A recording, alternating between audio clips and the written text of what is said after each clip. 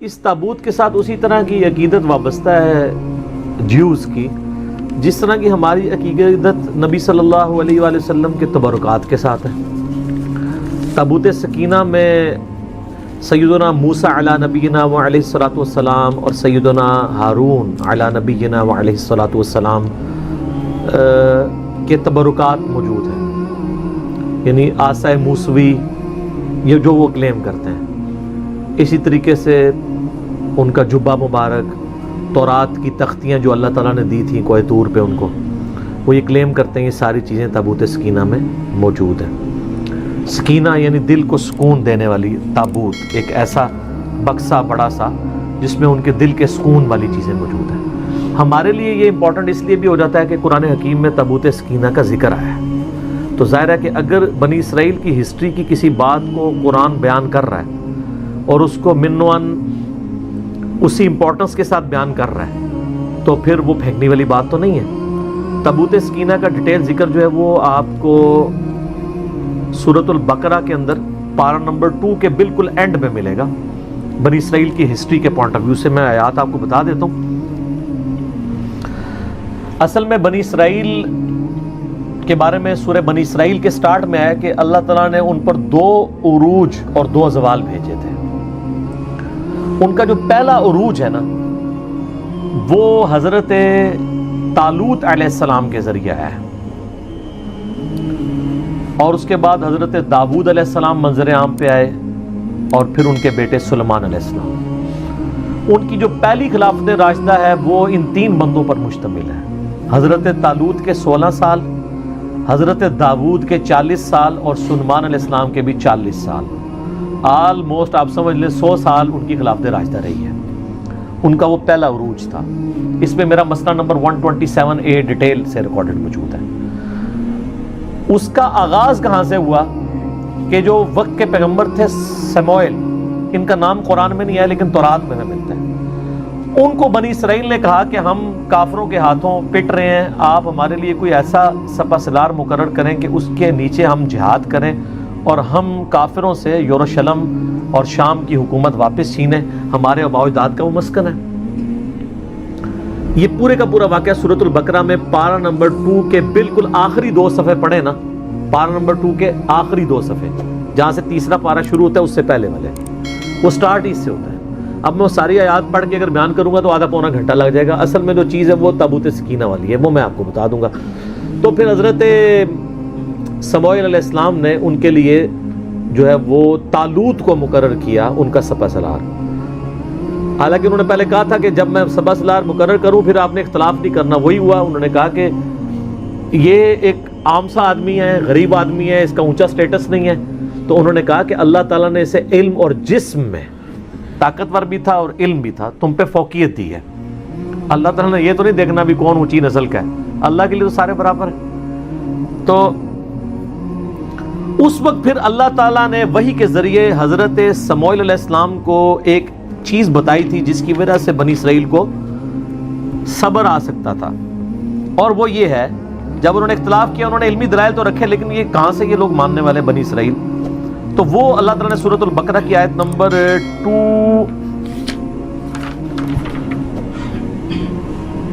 233 آن word نا یہ پورا سلسلہ سٹارٹ ہو رہا ہے۔ 43 پارہ نمبر 2 کے اینڈ پہ، الم تر الی الذین خرجوا من دیارہم وہم الوف۔ اس کے بعد آگے جا کے آتا ہے وقال لهم نبیہم، اور ان کے پیغمبر نے ان سے کہا، یعنی سموئیل کا نام یہاں پہ نہیں آیا، وہ آپ کو تورات سے ملتا ہے، اولڈ ٹیسٹمنٹ سے۔ ان اللہ قد بعث لکم طالوت ملکا، کہ بے شک اللہ نے طالوت کو تمہارے لیے بادشاہ مقرر کیا ہے۔ اچھا، اس سے ملوکیت بھی لوگ ثابت کرتے ہیں۔ اور بھائی طالوت کو بادشاہ اللہ نے مقرر کیا تھا، بنو امیہ اور بنو عباس کے لوگوں کو اللہ نے نہیں مقرر کیا تھا۔ وہ تو مسند ابی یعلا میں حدیث ہے صحیح سند کے ساتھ، نبی علیہ السلام نے اپنی وفات سے چند دن پہلے خواب میں دیکھا کہ بنو مروان کے بندر میرے ممبر پر کود رہے ہیں، اور ابو ہریرہ کہتے ہیں پھر آپ علیہ السلام اپنی وفات تک مسکرائے نہیں۔ ان حکمرانوں کو تو نبی علیہ السلام بندر کہہ کے گئے ہیں، ان کی ملوکیت قرآن سے ثابت کرتے ہیں بھئی یہ اللہ نے بادشاہ مقرر کیا تھا، داؤد کو اللہ نے بادشاہ مقرر کیا تھا۔ یہ 2 ڈیفرنٹ چیزیں۔ کیونکہ اسی کی تفسیر میں نا وہ سعودیہ والا جو قرآن ہے نا صلاح الدین یوسف والا، انہوں نے اس میں سے یہ تحریف ہر بندے نے کی ہے تفسیر میں، یہ ذہن میں رکھیے گا. اپنی اپنی نوکری سب نے سیدھی کی ہوئی ہے. اگر بریلویوں نے ڈنڈیاں ماری ہیں تو اہل حدیثوں نے بھی ماری ہیں، دیوبندیوں نے بھی ماری ہیں، شیعہ نے بھی ماری ہیں. ہم نہیں مارتے. کیوں؟ کیونکہ نام ہے بابی، نام ہے بابی، میں ہوں مسلم، علمی کتابی. اچھا جی. قالوا انا یکون له الملک علینا ونحن احق بالملک، وہ کہنے لگے یہ ہم پہ کیسے بادشاہت کر سکتا ہے جبکہ ہم زیادہ حقدار ہیں. ولم یؤت سعۃ، جبکہ اللہ تعالیٰ نے اسے کوئی وسعت نہیں دی، من المال، مال میں سے. قال ان اللہ اصطفاہ، انہوں نے کہا اللہ نے چنا ہے. یہ بنو امیہ بنو عباس کو اللہ نے نہیں چنا، ان کو اللہ نے چنا ہے. علیکم، تم پر. وزادہ بسطۃ فی العلم والجسم، اور دیکھو اس کو کشادگی دی ہے تم پر علم اور جسم کے ذریعے، طاقتور بھی ہے علم والا بھی، یہ کرائٹیریا ہے. واللہ یؤتی ملکہ من یشاء، اللہ جسے چاہتا ہے اپنا ملک دیتا ہے. واللہ واسع علیم، اللہ تعالیٰ وسعت والا علم والا ہے. وقال لهم نبیہم، پھر ان کے نبی نے ان سے کہا، ان آیت ملکہ، بے شک اس کی جو حکمرانی کی نشانی یہ ہے، یعنی یہ اللہ کی طرف سے اللہ کی تائید طالوت کو حاصل ہے، اس کی نشانی یہ ہے این یاتیکم التابوت، کہ تمہارے پاس وہ تابوت آ جائے گا واپس، فیہ سکینہ، جس میں تمہارے لیے دل کا سکون ہے. یہ تابوت سکینہ کا لفظ یہاں سے لیے، من ربکم، تمہاری طرف، تمہارے رب کی طرف سے. وبقیۃ مما ترک آل موسیٰ و آل ہارون، جس کے اندر موسیٰ علیہ السلام اور ہارون علیہ السلام کے چھوڑے ہوئے یعنی تبرکات آپ کہہ لیں اس کو، یا اس کے یعنی باقیات موجود ہیں. تحملہ الملائکہ، اس کو اٹھائے ہوئے آئیں گے فرشتے. ان فی ذلک لآیۃ لکم ان کنتم مؤمنین، اس میں اللہ تعالیٰ کی طرف سے تمہارے لیے نشانی ہوگی اگر تم واقعی سچے ایمان لانے والے ہو، کہ یہ جسٹیفائی کر دے گا. وہ تابوت سکینہ ان سے چھین چکا تھا، کیونکہ کافروں نے جب ان پہ قبضہ کیا وہ تابوت بھی ساتھ اٹھا کے لے گئے. ان کا انہوں نے اتنا سنبھال کے رکھا ہے کہ وہ قیمتی شے ہے. جس طرح آپ کا وہ کہتے ہیں نالائن شریف چوری ہو گئے بادشاہی مسجد سے 14-15 سال ہو چکے ہیں، تو وہ اٹھا کے لے گئے. اب اللہ تعالیٰ نے نشانی ظاہر کرنی تھی تو وہاں پہ اللہ کا کرنا کیا ہوا، یہ آپ کو ڈیٹیلز پھر اسرائیلی روایتوں میں ملیں گے. وہاں پہ کافروں کے ہاں طاعون کا مرض، پلیگ کی وبا پھیل گئی، طاعون کی، اس میں لاکھوں لوگ مرتے تھے. تو ان کو ان کے بڑے بزرگوں نے، نجومیوں نے، انہوں نے کہا کہ یار یہ جو تم لوگ تابوت اٹھا کے لے آئے ہو نا، اس کی نوست پڑی ہے تم پہ، تو اس کو تابوت کو نا اس سے جان چھڑاؤ، یہ اس کی وجہ سے یہاں پہ طاعون کا مرض پھیلا ہے. تو انہوں نے ایک بڑا سا گڈھا لیا، اس کے آگے 2 بڑے بیل باندھے، اس پہ وہ بڑا سا وہ تابوت رکھا. اور یہ 10 کمانڈمنٹس فلم بنی ہوئی ہے ہالی ووڈ کی، انہوں نے اس میں فلمائی ہوئی چیزیں، اس کے اوپر انہوں نے اس کو لاد کے ہانک دیا. اور وہ جناب وہ اب بیلوں کو ساتھ انہوں نے بندہ شندہ اٹیچ کر دیا. بعد میں وہ بیل بھی انہوں نے چھڑوا کے ایک جگہ پہ اس کو کر دیا. اب واللہ عالم وہ یعنی فرشتے ہی ان بیلوں کو ہانک کے اس طرف لے کے آئے. بل قرآن تو کہتے ہیں نا فرشتے اٹھائے ہوئے لائیں گے. این ممکن ہے کہ یعنی فرشتے اس کو ہانک کے لائیں، فزیکلی فرشتے نہ ان کو نظر آئے ہوں، کیونکہ وہ تو بنی اسرائیل ہمیشہ کہتے تھے ہم نے فرشتے دیکھنے، فرشتے انہوں نے انہیں دیکھے. بلکہ نشانی ظاہر ہوئی کہ وہ تابوت سکینہ ان کے پاس واپس آ گیا. ان کو یقین آ گیا اچھا اب ہمارے پاس تبرک آ گیا، اونٹتے سی جنگ جیتی گئی. پہلے تو وہ ڈرپوک ہوئے تھے، ویسے بعد میں بھی ڈرپوک ہی رہے. صرف 313 لوگ ہی ساتھ رہے، بخاری میں آتا ہے صرف 300+ لوگ. ہمارے غزوہ بدر میں بھی صحابہ کرام کی تعداد 313 تھی، اور ان کے غزوہ بدر میں جو طالوت اور جالوت کی جنگ ہوئی تھی، تو اب یہ طالوت کے مقابلے پہ جالوت فوج لے کے آیا. آپ کو تورات میں گولیت اس کا انگلش میں نام ملے گا. جالوت اتنا اونچا اس کا قد تھا، باقی بنی اسرائیل کے فوجی تو بمشکل اس کی پنڈلیوں تک آتے تھے، اتنا اس کا قد تھا. پورے جسم پہ زرہ پہنی ہوئی ہوتی تھی اس نے، اور صرف ایک آنکھ اس کی ہوتی تھی جو ننگی ہوتی تھی دیکھنے کے لیے، باقی پورے جسم پہ لوہا. آپ اس پہ تلوار کیا چلائیں گے، وہ تو ہاتھ سے پکڑ کے فوجی باہر پھینک دیتا تھا، اتنا طاقتور تھا. تو حضرت داؤد علیہ السلام اس وقت ان کی عمر ہارڈلی 16-17 سال تھی. یہ گڈریے تھے، یعنی بھیڑ بکریاں پالا کرتے تھے. بچپن سے چونکہ ان کا یہ ایک ذریعہ تھا، ان کے پاس ایک گوپیا ہوتا تھا. یہ ساری ڈیٹیل آپ کو تورات میں اسرائیلی روایتوں میں ملے گی. گوپیا اس طرح ہوتا تھا کہ جیسے آپ یہ گلیل ہوتی ہے نا، اس میں آپ یوں پھینکتے ہیں. ایک گوپیا ہوتا ہے کہ آپ ایک چمڑے کا ایک سمجھ لیں دستانہ بنا ہوا، جس کے دوسرے اینڈ کے اوپر ایک رسی, اس میں وہ پتھر ڈال کے نا اس دستانے کو یوں گھماتے تھے نا, پر یوں کر کے پھینکتے تھے نا, تو ان کا نشانہ اتنا پکا تھا کہ وہ شیروں کے جبڑے توڑ دیتے تھے اپنی بکریوں کی حفاظت کرنے کے لیے. شیروں کا شکار کرتے تھے. حضرت داؤد علیہ السلام 16 سال عمر تھی. اچھا, تو اب ظاہر مسلمان خوف کھا گئے اتنی بڑی بلا سامنے دیکھ کے. تو حضرت داؤد علیہ السلام نے کہا اس کو میں قابو کروں گا. حضرت داؤد علیہ السلام ایک اونچے مقام پہ کسی پہاڑی یا کوئی ٹیلا تھا اس پہ چڑھ گئے اور انہوں نے اپنا گوپیاں یوں گھمایا. آپ نشانہ دیکھیں وہ ایک ہی آنکھ کھلی ہوئی تھی, اس آنکھ سے اس کے دماغ کے اندر وہ چلا گیا اور وہ گولیت وہیں پہ مر گیا. جالوت, یہ قرآن میں اس کا ذکر بھی ہے نا, وہ جیسے ہی مرا تو وہ کانفیڈنس لوز, بلکہ اس میں الفاظ بھی ہیں تورات میں. حضرت داؤد علیہ السلام نے کہا اس نامختون کو میں دیکھتا ہوں. یعنی بنی اسرائیل جو ہے نا, وہ جو جنٹائلز ہیں نا ادر دین بنی اسرائیل, ان کو نامختون کہتے تھے. یہ ختنے نہیں کرواتے, ہم ابراہیمی ہم ختنے کرواتے ہیں, تو کافروں کو نامختون کہتے تھے.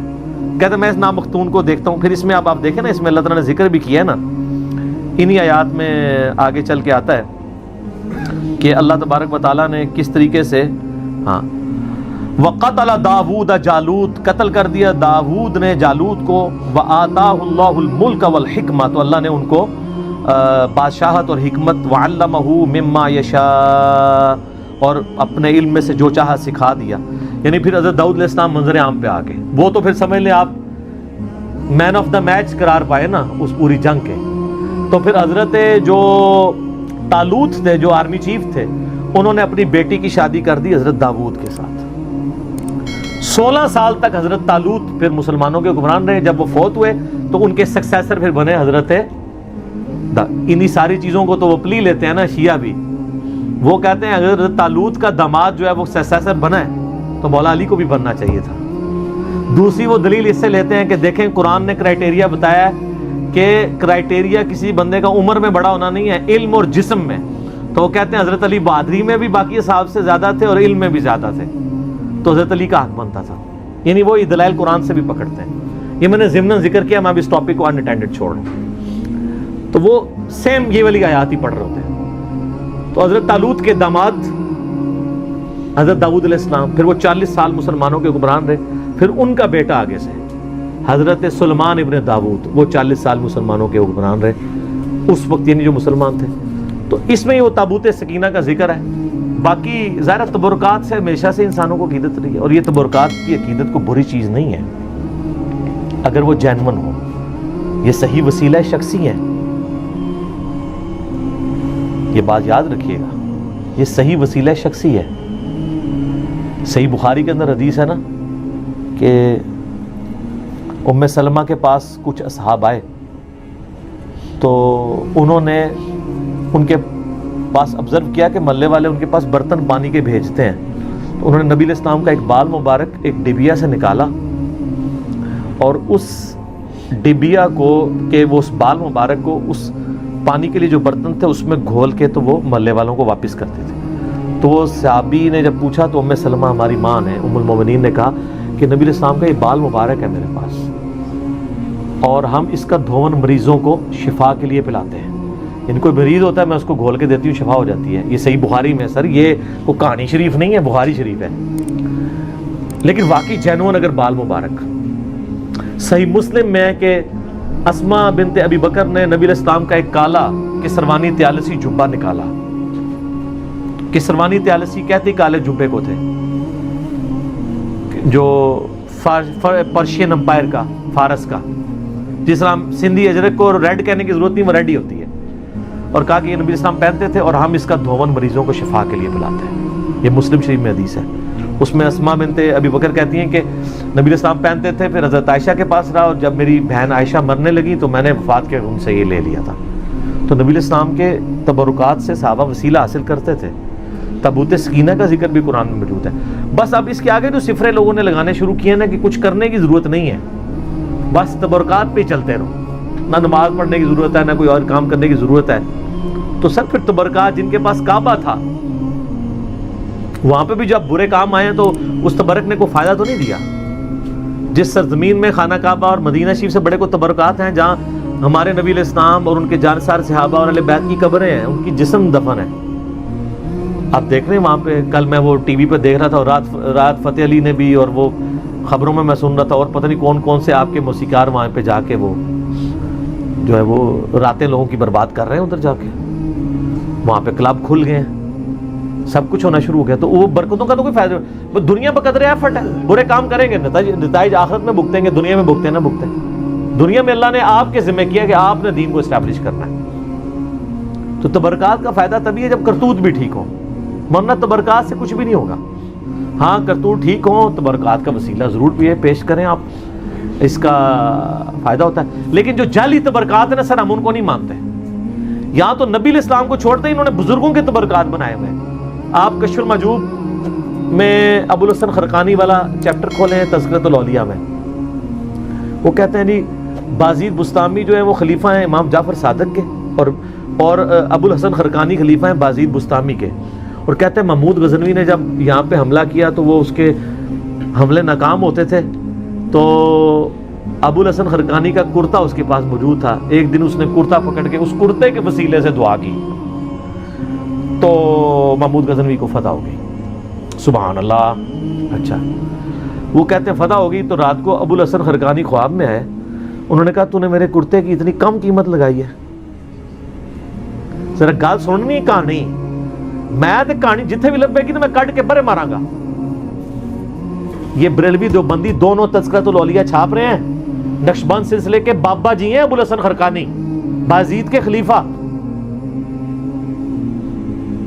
تو ان کا حضرت کیسے، ان کا تو اگر یہ کرتا پکڑ کے یہ کہتا نا کہ قیامت تک اس سرزمین پہ کوئی کافر نہ بچے، سارے مسلمان ہو جائیں، تو اس کرتے کی برکت سے سارے مسلمان ہو جاتے ہیں. یار یہ اگر کہانی چلتی تھی تو اسما بنت ابی بکر جو کالا تیالسی جبہ نکال رہی ہیں جو صحیح مسلم میں آتا ہے، تو یہ قادسیہ اور یرموک لڑنے کی صحابہ کو ضرورت کیا تھی؟ قادسیہ میں رسول اللہ کا کرتا لے جاتے اور دعا کرتے، وہ سارے مسلمان ہو جاتے.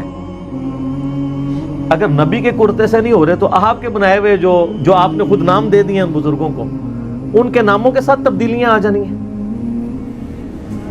وہ جی وہ بازید بستامی جو ہے نا، وہ ہر وقت چہرے پہ نقاب رکھتے تھے، کیونکہ جس گلی سے گزر جائیں لوگ دیکھ کے کلمہ پڑھ لیتے تھے. ہاں اور سارے یہ کہانیاں خود سنا دے رہے ہیں. اچھا اس کا مطلب وہ لوگوں کو مسلمان مرنا نہیں دیکھنا چاہتے تھے. اچھا میں پوچھتا ہوں، اللہ کے نبی کو بچپن سے لے کے جوانی کی عمر تک ابو لہب نے، ابو جہل نے دیکھا ہے، انہوں نے تو کلمہ کو نہیں پڑھا. جس بندے کی پرائمری رسپانسبلٹی تھی کلمہ پڑھانے کی، اس کو دیکھ کے تو کلمہ نہیں کسی نے پڑھا. دعوت کا کام ہے، دنیا بقدر ایفٹ ہے. وہ جی وہ ایک فلاں بزرگ، یہ تو کئی بزرگوں کے بارے میں، ایک ان پڑھ بندہ چلا گیا، انہوں نے کہا جی میرے پیچھے نماز پڑھنا، دائیں طرف سلام پھیرا سارے حافظ ہو گئے، بائیں والے سارے ناظرہ ہو گئے. نبی علیہ السلام نے تو اصحاب صفہ 155 ان کی تیاری کرواتے تھے. آپ بھی کہتے میرے پیچھے نیت کرو، سجے پاسے سارے حافظ، کھبے پاسے سارے ناظرہ. مسند احمد میں آتا ہے غزوہ بدر کے قیدی چھوڑنے کا جو معاوضہ تھا وہ 10 مسلمانوں کو لکھنا پڑھنا سکھانا تھا. تو سجے پاسے سلام، کھبے پاسے سلام کیوں نہیں پھیرے؟ سب کہانی ہے. اور میں دعوے سے کہتا ہوں جن بزرگوں کے بارے میں دعویٰ کر رہے ہیں ان کو خود بھی نماز نہیں صحیح آتی. میں نے کئی لوگوں کی نماز سنی ہے، نماز تجوید کے ساتھ یہ لوگ نہیں جانتے ہیں. میں نے ایک پیر کی نماز سنی، 60 سال عمر، اس کے کئی مرید، السلام علیکہ ایھا النبی وہ پڑھ رہا تھا. بچپن میں یاد کی ہوئی چل رہا ہے. ابھی تو میں وہ عین، ذال، ضاد، حا، خا، وہ اس کے فرق کی تو بات ہی نہیں کر رہا. وہ تو کسی پیر نو آندہ ہی نہیں، نہ وہ تو کسی مرید نو آندہ ہے. میرے پاس کئی لوگ ہیں ہمارے حضرت صاحب کے بیعت، میں نے کہا آپ کے حضرت صاحب مجھے نماز تجوید سے سکھا دینا، نماز تجوید سے سنا دیں جو خود پڑھتے ہیں، اور صبح شام کے نبی علیہ السلام کے اذکار اور فرض نماز کے بعد کے اذکار زبانی نہیں، دیکھ کے پڑھ کے بتا دیں. اٹکنا نہیں ہے. ترجمہ تو میں نے نہیں سننا، ترجمہ تو بالکل ہی نہیں آتا ہوگا. ویسے تو ترجمہ بھی سننا چاہیے، کیونکہ ان کا تو دعویٰ ہے کہ ہم رسول اللہ تک پہنچے ہوئے ہیں، تو ان کو پتا ہوگا یہ کیا دعائیں مانگ رہے ہیں. یہ عربی نہیں صحیح پڑھ سکتے، پرونونس نہیں کر سکتے. میں ترجمے والی بات ہی نہیں کرتا، ترجمے والا مسئلہ کوئی اتنا بڑا نہیں ہے. اتنی عربی ایک مسلمان کو سیکھنی چاہیے پرونونس صحیح کر سکے. مطلب تو ظاہر علماء نے اتنی محنت کی ہے، آپ جتنی مرضی کر لیں، ایک بریلوی جتنا بڑا مرضی عالم ہو وہ یہ دعویٰ کر سکتا ہے کہ میں قرآن کا ترجمہ احمد رضا بریلوی سے بہتر کر سکتا ہوں؟ بتائیں. تو پھر ٹھیک ہے احمد رضا بریلوی نے ترجمہ کیا، آپ پڑھیں.